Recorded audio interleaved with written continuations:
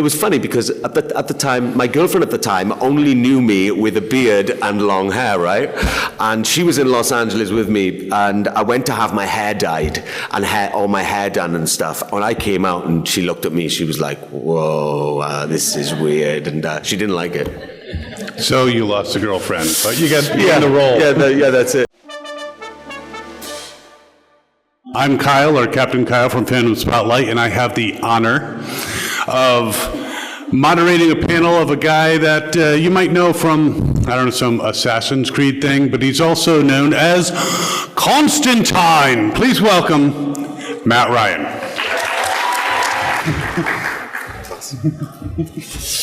That's Constantine, for us anyway.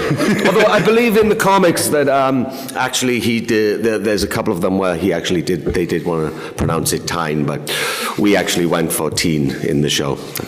It wasn't my choice. How you doing, guys, all right? Good. Thanks for having me here. Well, I'm glad to see so many faces this early on a Saturday. Thanks for coming out. I do have a couple warm-up questions, but first, how are you? I'm good, yeah. I've been traveling a lot, doing a couple of these. Just came from last weekend, did one in the UK, in Wales, which is where I'm from. And I'm good. I'm very good. I'm glad to hear it. You having fun at Terrificon? I am, yeah. It's a great place. I don't think I've seen much of the casino yet. I went to bed early last night like a good boy and didn't get caught up in everything that was going on. But it looks pretty crazy out there. Yeah, it looks great. Yeah, it's a fun place. There is a microphone right over there, so there's no better way to show your love than to get in line and ask a question of this man here. But I just want to know, when you were growing up, what superhero did you want to be? I always wanted to fly, right? Who doesn't want to fly? And I grew up with Christopher Reeves, I was going to say Christopher Reeves Batman, Christopher Reeves Superman and Michael Keaton's Batman. So those are my two big superheroes. And I think the best superpower you could probably have would be to fly. Yeah. It would make it easier to get to and from much faster. Wales. Yeah, exactly, all the traveling I do. So what was your initial reaction when you got the role of Constantine? Well, I didn't really know too much about Constantine. I have a friend in the UK who has a comic book company called Improper Books. And he was producing a movie that we were doing. And when I was staying in his house in a lovely little village called Stratford-upon-Avon in the UK, I was staying in the room where he has all of his comics. And he is like the biggest John Constantine Hellblazer fan. And I can remember him talking a little bit about, John Constantine and how, it was his favorite comic. So I knew a little bit. I'd watched the Keanu Reeves movie, which I'd loved, but I hadn't read the comics. And then when I was auditioning for the role, I called my friend and said, hey, that comic book character that you love, Constantine? Well, they're doing a TV show of it, and and I'm auditioning for it. And he was like, right. Okay, let me tell you a few things here. So I had a little bit of inside information from a fan, which was really cool. And I started reading the comics. I auditioned for the role, but I was doing a play in London, and I had really long hair, longer than this, and a big beard.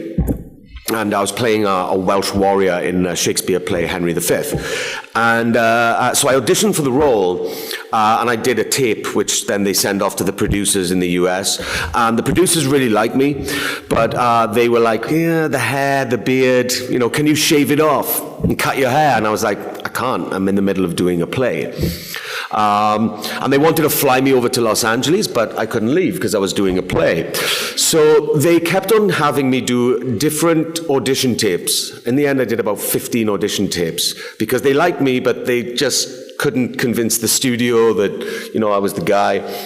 And luckily enough, I think it was about 4 weeks I had left of the play. And they kept on coming back, do another tape, adjust this a little bit, and so on. And eventually it got to the point where the play finished and they still hadn't cast the role.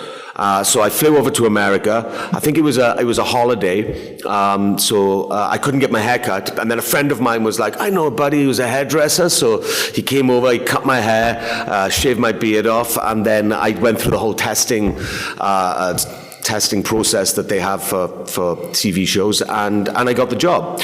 And I feel really lucky because I think that from the time that I first started auditioning to the time that I got the role, when I was still doing the play in the US, I think they saw like 400 people. So I was like, oh, that's good they didn't like one of those 400 people. and then it was funny because at the time, my girlfriend at the time only knew me with a beard and long hair, right? And she was in Los Angeles with me, and I went to have my hair dyed and all my hair done and stuff. When I came out and she looked at me, she was like, whoa, this is weird, and she didn't like it. So you lost a girlfriend, but you got the role. Yeah, that's it. Yeah. And they just needed to see your pretty face. That was it. It's like. But the funny thing is I did a movie years before that called Flypaper, and it was a US movie with Patrick Dempsey and Ashley Judd. And for that, I bleached my hair blonde because I was playing like this crazy British guy, bank robber. So we sent them pictures to say like, look, this is what he looks like blonde, but they couldn't equate that to the audition tapes that I was sending, you know? Sometimes you just got to be in the room and feel it out and stuff, but yeah, eventually I got the role, and I'm happy that nobody else did, you know? Those 400 other people, poor guys. We're happy too. I would say you're the definitive Constantine at this point. Wouldn't you guys say? Yeah. Thank you. I mean, whether it's, live action or you've done a lot of voiceover work. How's it feel doing the voiceover work as Constantine? Great. I felt like Constantine for me has been, in a way, it's like the gift that keeps on giving, Like I did the first season and I love doing that. And the funny thing what happened was they didn't cancel us straight away. What normally happens in network television is they'll commission 13 episodes. And then once it starts airing on the TV, they'll either cancel you or they'll give you what they call the back nine, which would bring it up to like 22 episodes or something. But for us, they didn't give us the back nine, but they didn't cancel us. So they kind of just said, we're going to wait and see, maybe we'll pick you up next season. And during this time, I was kind of in a limbo because I was getting offered some really nice jobs, but I was under contract for Constantine, and I wanted Constantine to be picked up. But it got to the point where we kind of knew that it wasn't, and they wouldn't release me from my contract. And there was a couple of like really good jobs, which I won't say because I never like to talk about the jobs I didn't do. But I was like, dude, man, I could have had that job, But they wouldn't release me from my contract. But after that, it was cancelled. I thought, okay, I was really disappointed. I thought, move on, right? This is the life you have as an actor. And I was just about to start a play on Broadway with Keira Knightley, and I got a call saying, would you like to do an episode of Arrow? And I was like, yeah, I'd love to. But I think it was like 3 weeks until we started the rehearsal for the play.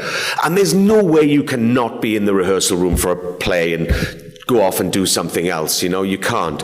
And so they were like, the timing is right, because they wanted to shoot while we would have been in the technical rehearsal on the stage getting ready to perform. So they moved their episodes around so that I could fly in, dye my hair blonde, shoot all of my things, fly back to New York, dye my hair back to black, and start rehearsals. But at that stage, I thought, well, that's a nice little thing to do Constantine again on Arrow. I didn't think anything of it, the show, the character going any further. And then they asked me to do the animated movie. And I was like, well, this is great. I'd love to.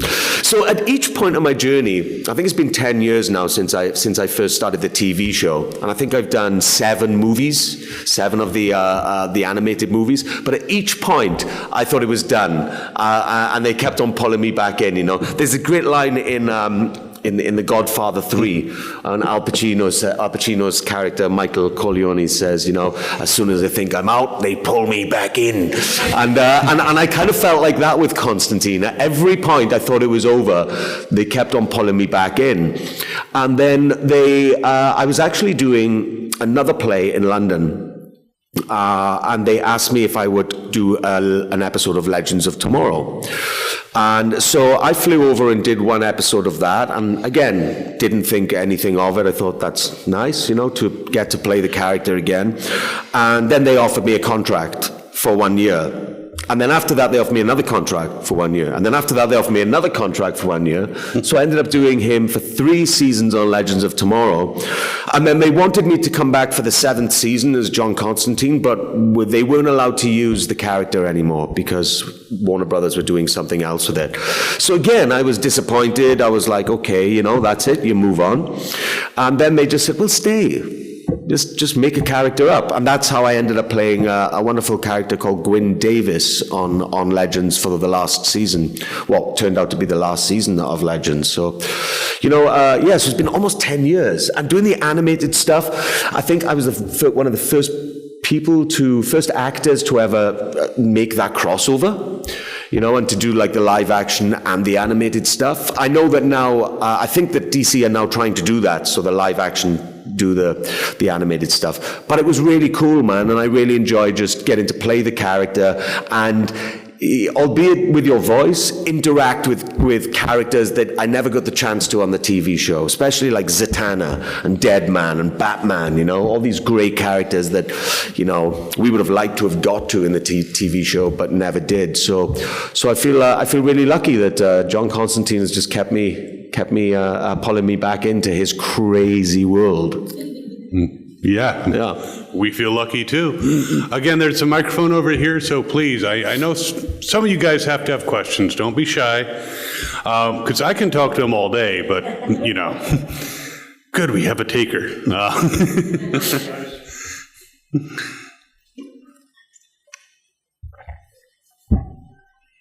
Ooh, 2 takers. Ooh. All right, these are the brave ones. We need more bravery. Hi. What was your most memorable moment as John Constantine throughout all the media that you played in? Wow, that's a good question. I mean, it's a long time, 10 years, you know. I think doing the television show when I first started, you know, with these characters that they're beloved by so many people. You know, Constantine was created in 1985 on, I think it was issue 37 in Swamp Thing. And then in 1987, he got his own comic, and then there was 300 issues of that. And, you know, when I was auditioning for the role, I knew it was like a cool character, but I didn't know how beloved it was by so many fans. And then you kind of look at it and you go, oh, right, there's a lot of responsibility here, you know. And the first couple of episodes of anything you do, especially on network television, it's so fast. And it's a little bit like putting a car engine together when you start a television show. All the different departments are like different cogs in the machine, you know, and they all have to work together for it all to be smooth. So sometimes, you know, like the props department gets changed out, and, you know, it kind of, you work through it until it clicks. And for me, playing the role, the first couple of episodes, I was finding him. You know, I always had one of the comics in my, whatever comic I was reading, I had in my back pocket. So if I ever got lost, I could just look at one of the panels on the comics, and they're so physical that they would just jump out at me. And I think that episode 4, A Feast of Friends, is where it was taken directly from the comics. And it's when John Constantine ends up locking a demon inside one of his best friends, Gary Lester. And the guy who played Gary Lester was one of my best friends, an Irish actor called John Joe O'Neill. And we had worked together at the Royal Shakespeare Company years before.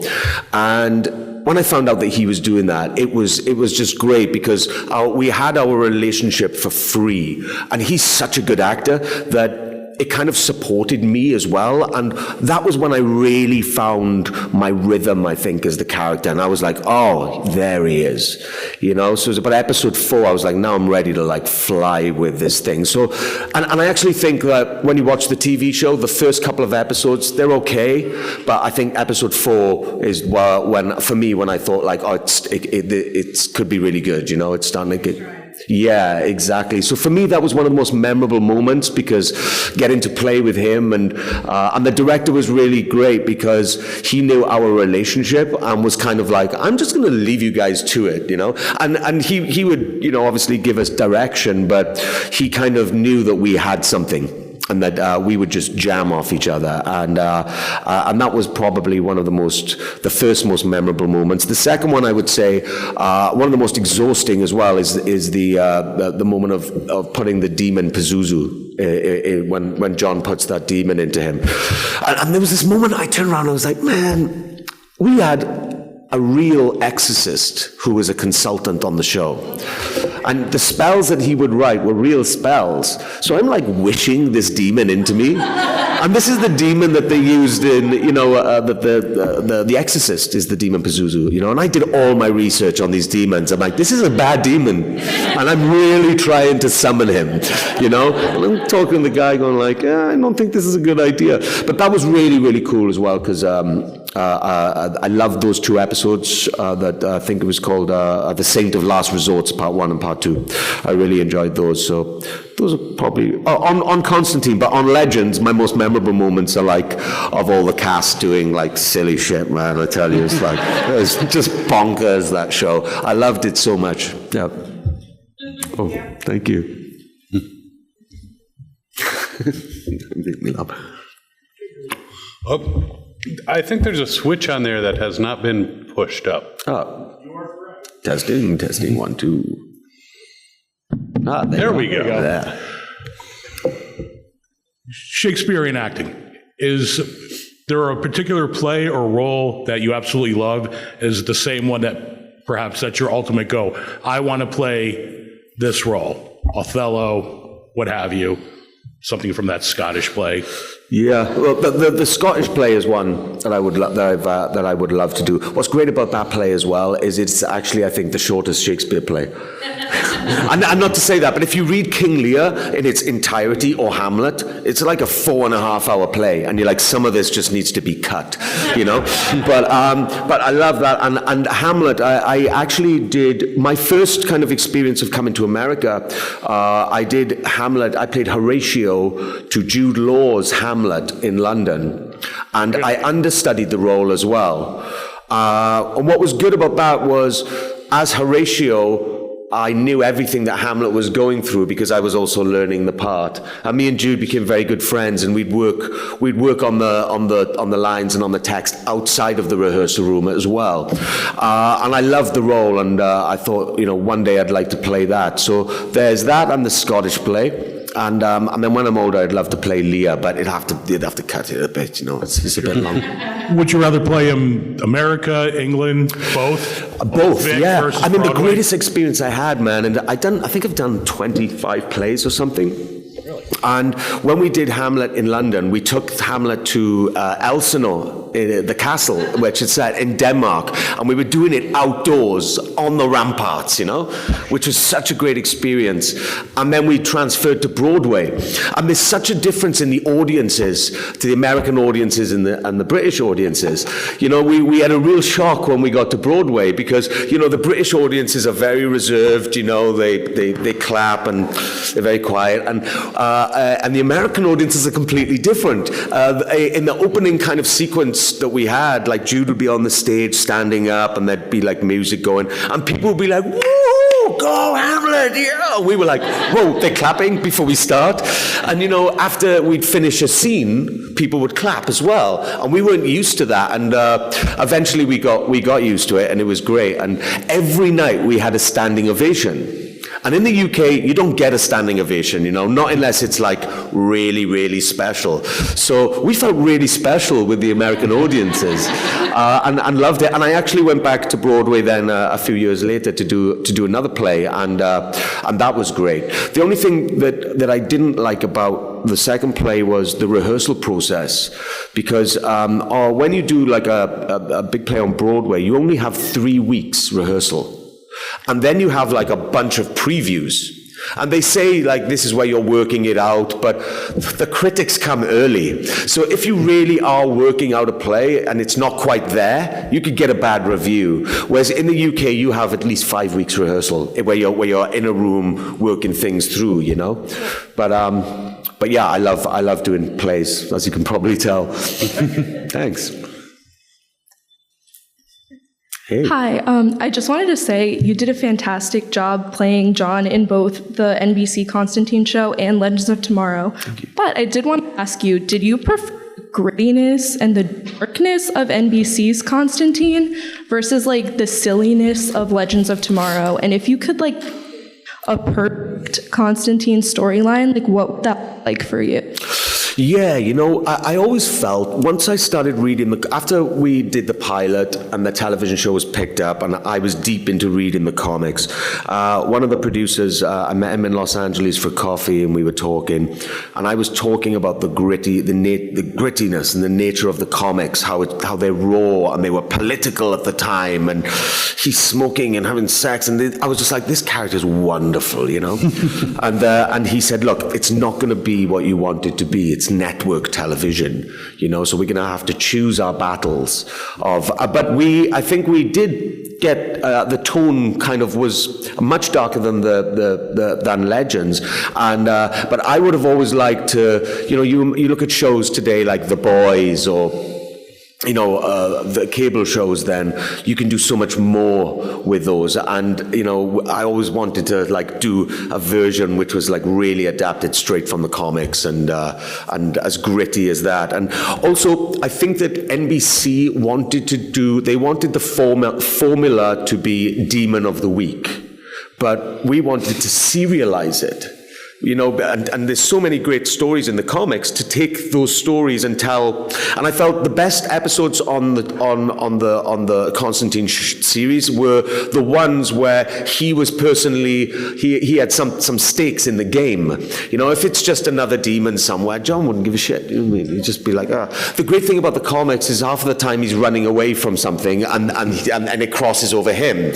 What we started out with was him going after the demons, and there was slightly something not quite right about that, but towards the end of the show we started to get the tone, I think, really, really right. And then when Legends came along, I was a bit skeptical about bringing the character on there because of the wonderful goofiness and the nature of that show and the ensemble nature of that show. Like, John is a bit of a, you know, he's a loner. Apart from the Justice League Dark stuff, you know, he's really a loner and likes to work alone. And, you know, he's not really the guy that will stand in the background waiting for something. He'll be off smoking a cigarette and having a whiskey. And I was like, how we do this? I don't feel he should be the guy that's always around the table, you know, like, he's not that kind of guy, and I just didn't want to sell him down the road in any way. But then, you know, I'd read so many of the comics, and, you know, John pops up in so many different comics anyway. So for me, it was like keeping the DNA of the character in the comics and the show that we'd created, but he's just popping up in another comic book, in another TV show. But, you know, the actors we all had so much fun on Legends. And I had to work really hard not to have too much fun and to try and stay true to John in a way. And I think that they really did serve the character well. Especially, it's an ensemble show. You have to serve each character. And they really did try to bring in some of the storylines from the comics and adapt them, you know. And so I was really appreciative of that. And you know, the one thing I always wanted really was like a HBO show which is gritty, like The Boys, you know, it can do all of those kinds of things. And my favorite run of the comics is still Dangerous Habits.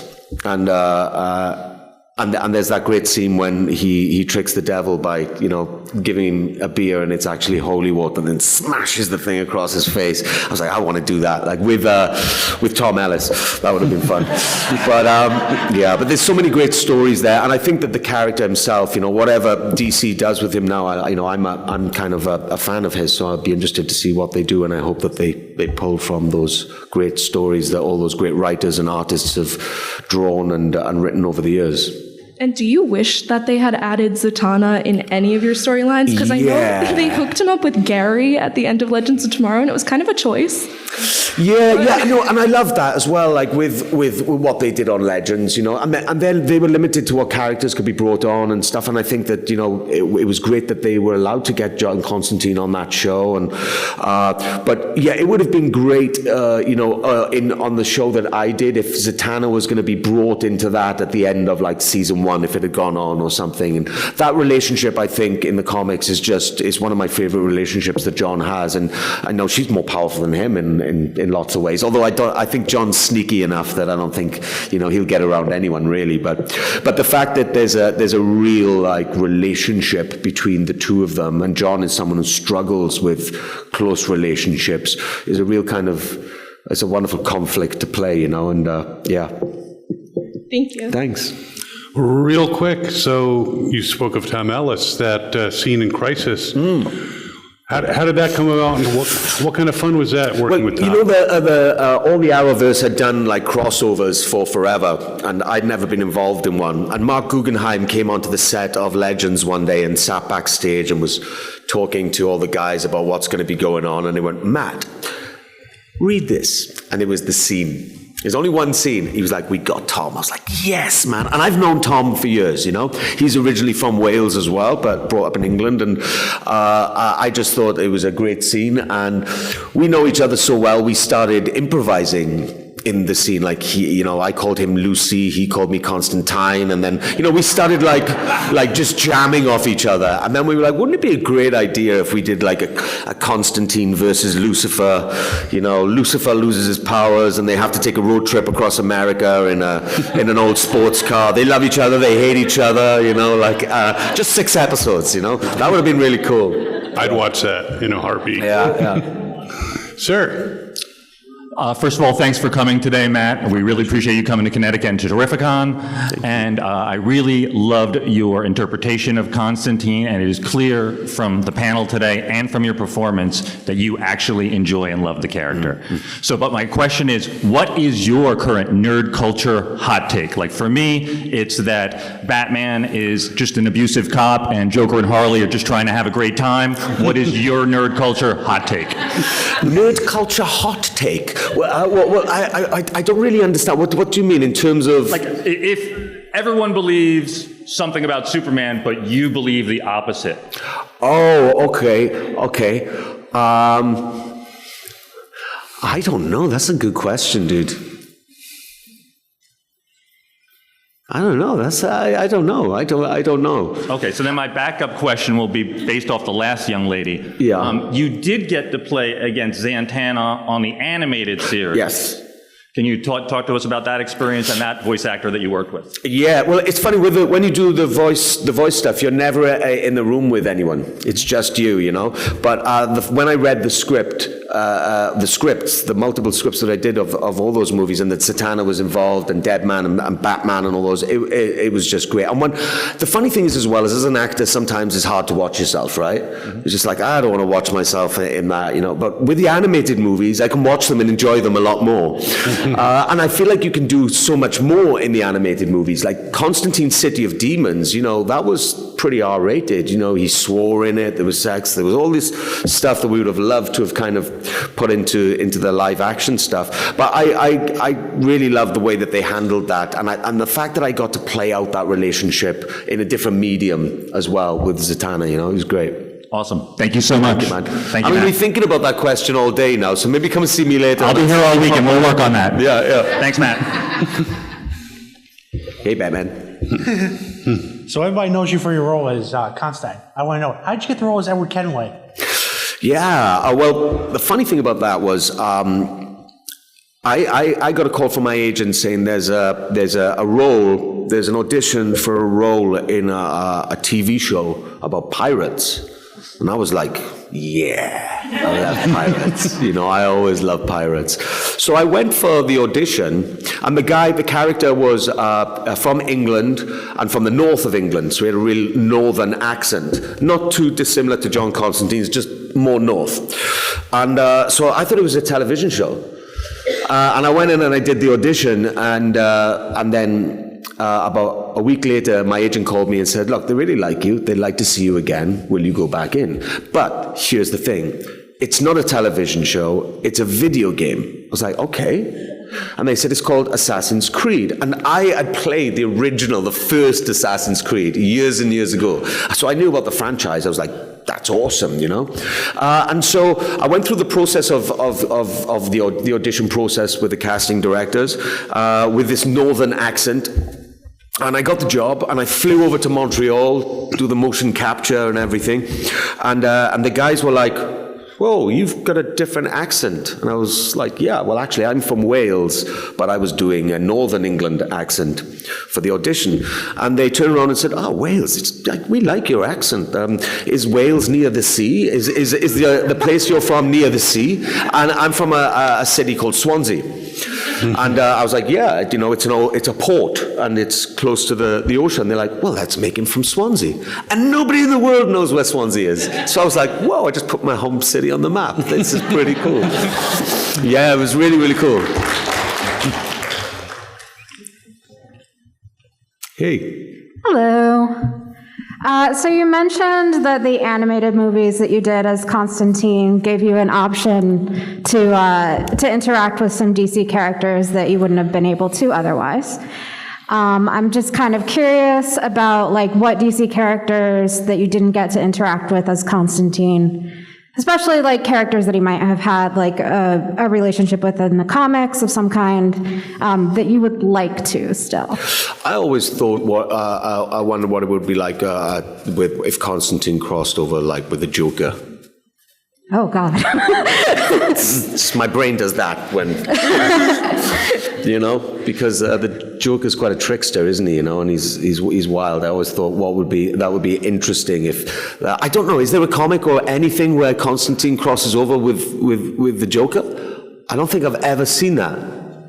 I'm sure there's got to be. I mean, like the interaction with Superman as well in Justice League, Apokolips War, you know, and Wonder Woman. I love the way that when he interacts with them, he just calls them like the tights, you know, I like you guys in tights. Do you know what I mean? And takes the Mickey out of all of the soups then, you know, because they're all wearing these ridiculous outfits and costumes and stuff. Yeah, but I would have loved to have seen on the TV show. I'd love to have seen interaction with Swamp Thing, and because you know that's where. That's where he was born. And the Swamp Thing, the TV show, was actually around as well. And I was like, come on, you know, and that got cancelled. I was like, maybe they can bring him onto Legends and do something because, you know, Legends being the place where all the reject characters go, you know, and get a new life. But they didn't. But I think, you know, because that's where he was birthed really in the comics, it would have been great to have some kind of interaction between him on either my show or Legends.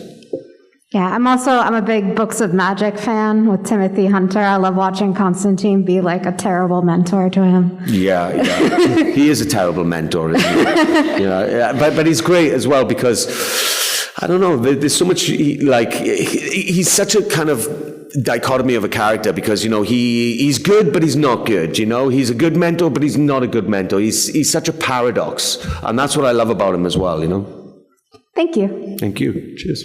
There's a lot of DC people here. You can mention your Joker Constantine crossover to them. Maybe it can happen. Maybe they'll do a comic or something. Absolutely. It'd be wonderful.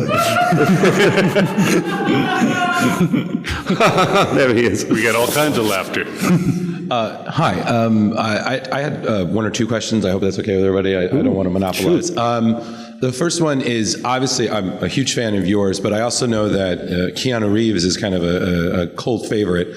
Have you and Keanu talked to, you know, I know he's trying to do another Constantine, follow up his. He was here, so I didn't know if you two kind of did that, you know, John, and just, have you guys chatted? Did you guys compare notes? No, I unfortunately didn't get a chance to meet him, and I'm a huge fan of his, obviously, over the years, all the great movies he's done, and No, I didn't get a chance. It would be great to do some kind of crossover. I don't know if he even knows that there was a television show that was made, but and also people, I see that I loved the movie when it came out, and then I read the comics. I was like, oh, it's a different interpretation, So I never felt the kind of in any way that they were in competition. And for me, the objective was to take the comics and just like delve into that. So even though I'd seen the movie before, I didn't rewatch the movie when we started because I wanted to be as true as possible to the comics. But I think there's one issue of a comic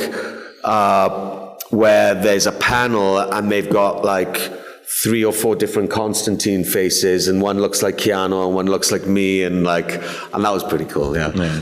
But I hear he's doing. I think they're doing. I've heard those rumors too, and I look forward to seeing that as well. And hopefully they get to do it. I read somewhere that originally they wanted to make it R-rated, but then they went to do the PG-13, but then they R-rated it anyway. And if they knew that they were going for that, they would have gone further. So I hope that they get to really kind of fulfill the vision of him and the director, and I look forward to seeing it. And the other question I had was that you had in your show, you had a Chaz. You had your which was great because that relationship is oddly enough one of John's longest. Because everyone else dies. Yeah. Chaz somehow remains. Yeah. Which kind of made you brought up City of Demons, Jim DeMatteis, which that relationship is really tragic. So what was that like? Bringing that relationship to life and working on stuff. Yeah, it was great. I found it like after reading the comics, you always have to kind of like meet kind of get your head into the space of what adaptation it is you're trying to do, because in our version Chaz was American, and Astra as well, who came onto the show. Came onto Legends, was American as well, and I was like, but if John's from the UK, how is Chaz? How do they have the same relationship if he's American? And getting your head around those things, but ultimately it's about that relationship, And I love that they made him that he couldn't die as well, because as you said, somehow it's like everyone around John dies, but Chaz is always around. He's his oldest friend, and Charles, who played him. Charles Halford is just such a wonderful actor and such a giving human being that relationship really worked as people, which then kind of transferred into the show. So it was really cool to kind of get to play that out. And as I said, for me, the episodes where John was personally involved, when he had some personal stakes in the game, were the ones that really worked. And I think that's where the comic books work, When they were just like another demon of the week, I don't think that, I feel like I didn't connect as much to it. And I was always always felt that the ones when he's got some skin in the game and it really matters to him were the best. Well, the brief last question is, I feel a little odd because I'm you, and then I had John over here and Joan behind me. Yeah. So, I also kind of used to do it for a while. What is it like when you meet cosplayers and you were like, we're dressed and we're like, John, and like, hey, like, how is that when we're like, It's really fun, man. When we launched the TV show, we were shooting in Atlanta, and they do that crazy thing for San Diego Comic-Con where they're like, right, you're jumping on a plane, you're flying in, and you're in the middle of like working, right? You're not even thinking about doing like press or promotion stuff. And I flew in, they had this big, huge Constantine dome with, my face on buses, and then like about 100 Constantines all standing around. I was like, whoa, okay. All right, this is and that was really cool. And I find like, when you bump into John's or Joanna's or whatever, it's always really cool. I always think, it's actually a really like easy a cosplay costume as well. And also when I was on Legends and on my show, it's great because he only wears one costume. Yep. So, on network television, everything's really fast. You work long hours in the day, and with Legends, they're time traveling. So each episode, they've got to go and have costume fittings and all that stuff. John, nah, just stick on the same costume and away you go. I even got down to, I had the sound guys wire my tie with the microphone. So I didn't even have to go to see the sound guys to get the microphone, you know? It was already in my tie. And it's not because I was being lazy, it was because I was trying to be efficient. But I love the fact that, you know, he only wears one thing, and, you know, you just imagine his closet all lined up, like with white shirts, red ties, and trench coats. But what's funny as well is because I have dark hair now and I look quite different, you know, me and Mark there, we'll be walking around these things sometimes, and there'll be someone in a John Constantine outfit, and I'll say, "Oh, hey, John." They'll just go, "Oh, hey." wait, and I'm gone, you know? It's just like, and it's funny because they don't really recognize me, so that's cool. All right, thank you, man. Cool, cheers. So we have about 5 minutes left, so we got 2 questions, so let's burn through them. Hi. Hi. So you know why we're all here, but what are you currently geeking out over? What show, video game, book? I'm a huge soccer fan. So I play FIFA on as video games. So I'm like, and the new football season just started. So I'm just like freaking out about that and the new FIFA game that's coming. And my team won yesterday, so that's cool. That's great. I was like, yes, yeah. So that, and I'm actually reading a book at the moment called Consider Phoebus, which is by a British sci-fi writer called Iain M. Banks, and they're part of I think it's about eight books or something, or the culture novels. And years ago, I think I read one of the books out of context and really liked it. And so now I'm going back to the beginning, and I really like that. I really like sci-fi. I really enjoy sci-fi as, you know, for my personal pleasure. Do you know what I mean? Like, you can really lose yourself in that. So yeah, that's the moment. Cool, I love it. And then my other quick question was, of all the episodes you did on Legends, did you have one that was like your absolute favorite? You would watch that one on your own? There's one scene, so I think it's season 6, when he becomes like the addict. There's a couple of scenes in there with Tala Ash, Zari character, that I loved working with her. There's a couple of scenes in there that I think it's one of the last couple of episodes of season 6. And then there's the bit when he's about to die and then he comes back to life and he's running around, he's talking to Gary and Ray. That whole episode I really, really enjoyed doing because they were bringing in the Dangerous Habits lung cancer arc, but albeit in a different way. And then there's one scene when Bad John kicks the ass out of Good John, and I'm fighting myself, throwing myself around. And the director who did that, like, he really tried to shoot it like a movie, so it wasn't like multiple camera setup. It was one camera, one at a time, and he really went for like a little bit of the blood, you know, you could see the blood, and it was gory for Legends, you know. And I really liked that he kind of like really lent into that, because we knew at that point we weren't allowed to use the character in like the season after that. So I was like, man, just give me a few things, right? One, don't let him go off this show being good. Because with John, that season, he was like in love, and I can remember some of the fans in the background saying, this isn't John Constantine, and I was like, yeah, but sometimes you have to build that to break it. And I was like, he has to fall, he has to let someone down, someone has to die because of him. So let that happen, don't let him go out a good guy.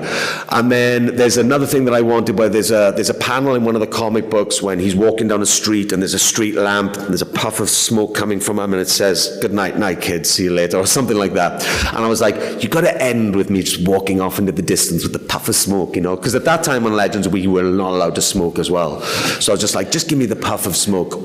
And then the other one was, I said, please just once, while I play John Constantine, let me do the bird. But they didn't give me that one on the CW, so yeah. Perfect. Thank you. Cheers. All right, and our final question, no pressure. That's all good. Amen. This is going to be a real quick question. It's also going to be the stupidest one you get today. So there's several writers for Hellblazer, Alan Moore, Garth Ennis, that have claimed they have met John Constantine in real life. So have you met John Constantine in real life? Every time I look in the mirror.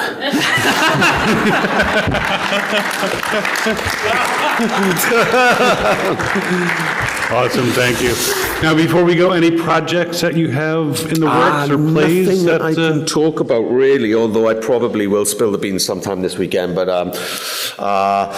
Not really, but something exciting will be coming, but not until next year, you know. And I don't know when it will come out, but yeah, I can't really talk about it. NDAs are, unnecessary Yeah, and I'm evil. terrible, like, because I end up like just telling anyway, and then I get in trouble, and so I'm trying to be good. Yeah, we don't want to get you in trouble. Yeah. Well, Matt, thank you so much for spending this time with us. Thank you all for being here. Give him a nice round of applause. Thank you, guys. Visit him at his table. Thank you. Thank you, dude. Cheers. Hi, this is Maisie Richardson-Sellers, and you are watching Fandom Spotlight. Be a legend and hit that like button, and most importantly, have fun and follow your fandom.